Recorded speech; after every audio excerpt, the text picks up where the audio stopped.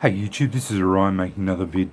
If you like my content, please consider hitting the like button and also please consider subscribing as it is very much appreciated. This is just a, not necessarily an overview, but just a show and tell of one of my possibles bags for my Old Nordic traditional fire kits and my flint and steel kit for my Old Nordic.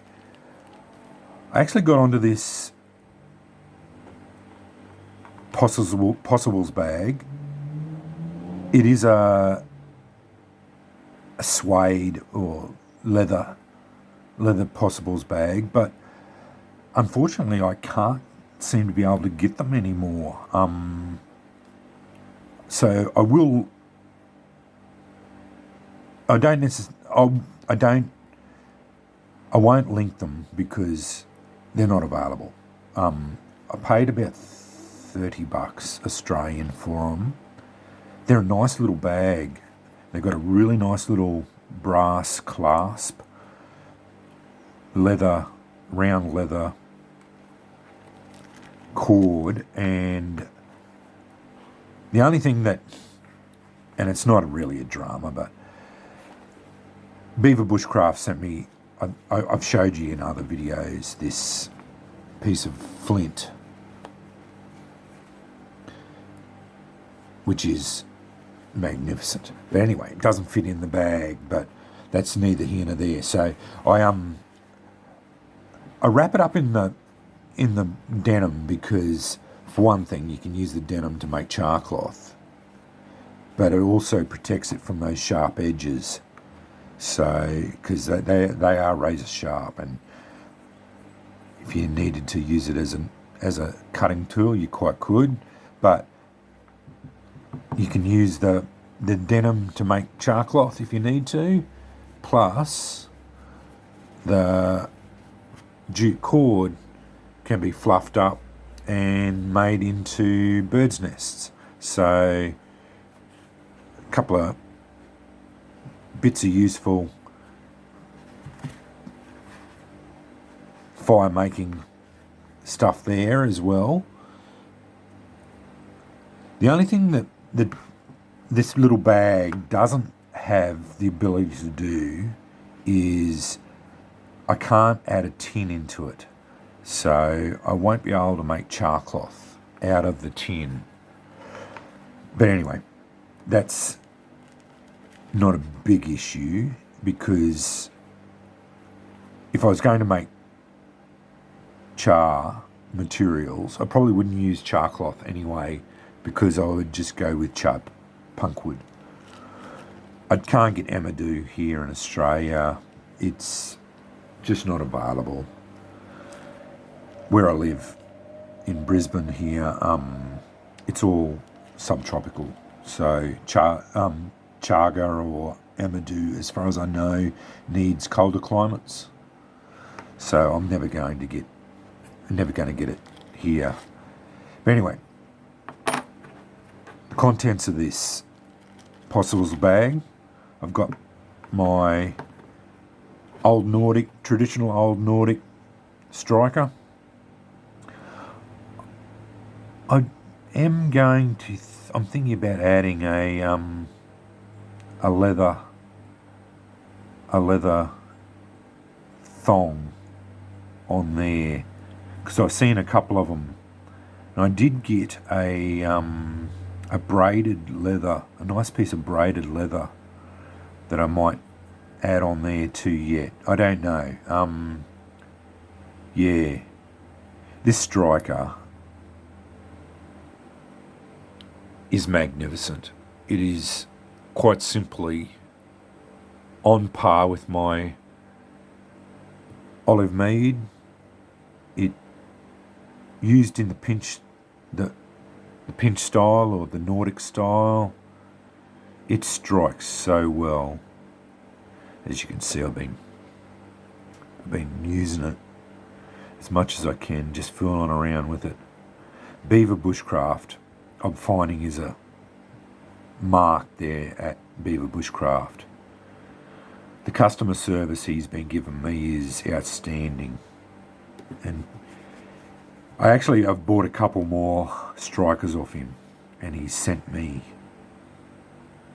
he's found me another piece, I think is about the same size as this, and I've ordered another couple of pieces of flint as well, so I think I'm going to get another 3 pieces, at least one flint this size and a couple more little pieces, so hopefully. But apparently he's getting very thin on, very low on flint at the moment, so I might have to wait another month or two for him to get up another couple of pieces.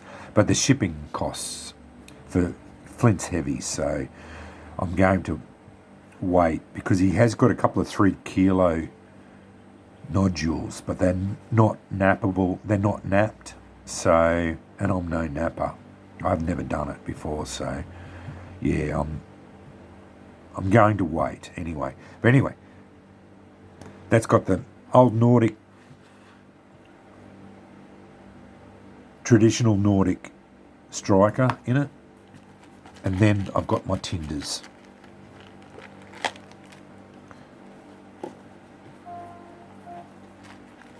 And another smaller piece of flint.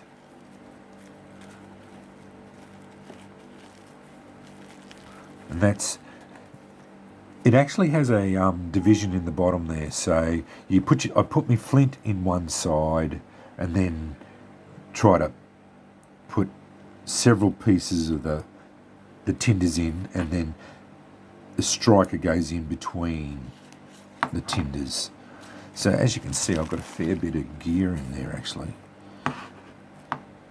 So that's another piece of flint. As I said, I wrap it in denim and then put jute around it, so I can use the denim again to make char cloth if I need to. That's a bag of char cloth ready to go.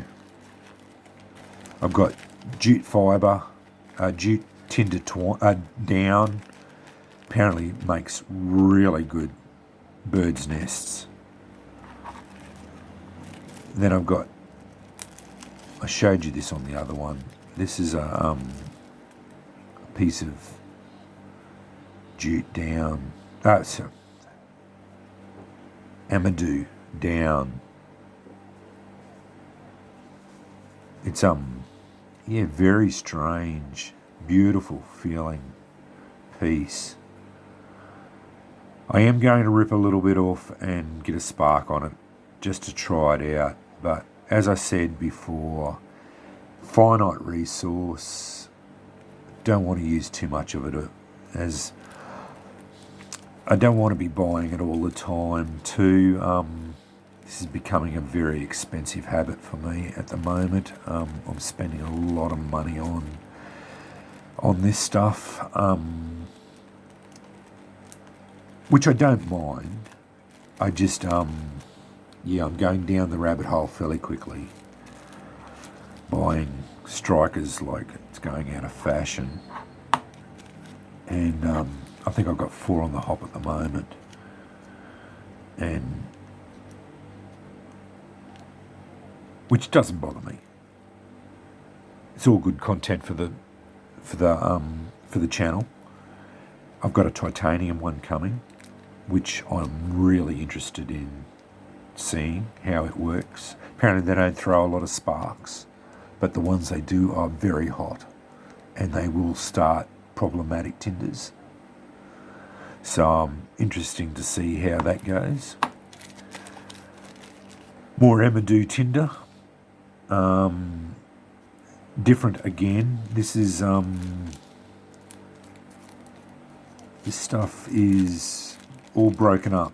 This is not just straight off out of the forest either. It's all been processed, and like, to buy a bag like this, it's like £6. I think it is.